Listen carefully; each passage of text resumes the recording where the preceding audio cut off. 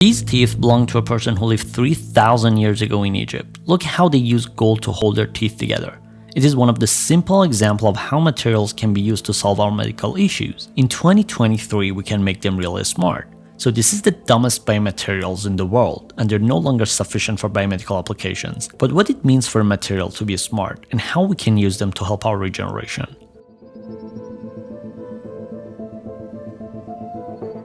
The smartness of biomaterials has 4 different levels. At the lowest level, biomaterials are inert, which means they don't have any interaction with the biological environment. This idea came from the fact that materials can be toxic. In addition, the immune system is vigilant about its environment and checks everything inside the body. If they don't like the implanted materials, they attack and reject them.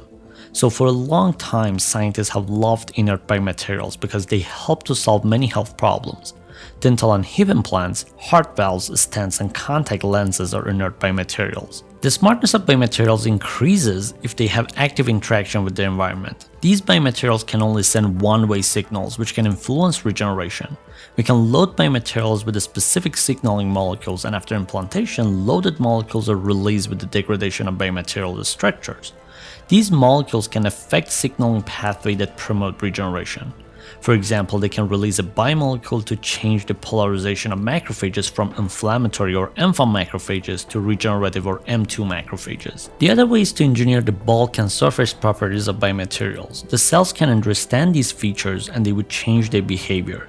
The surface of biomaterials is crucial because all interactions between cells and the environment happen on the surface of biomaterials. By tuning these features, we can influence cellular behavior such as adhesion, proliferation, and differentiation of cells. We talk about this level of smartness in more detail before, and you can find the relative information in this video.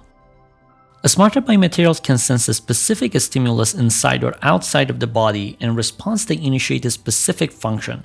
These types of biomaterials can open the door to solving many problems and engineering more interesting scaffold.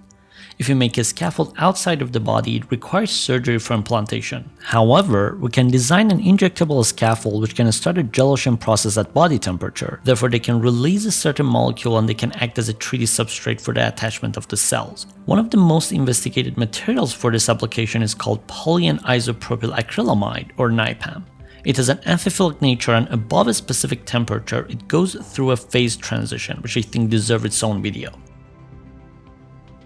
The fourth and currently the highest degree of smartness is autonomous biomaterials.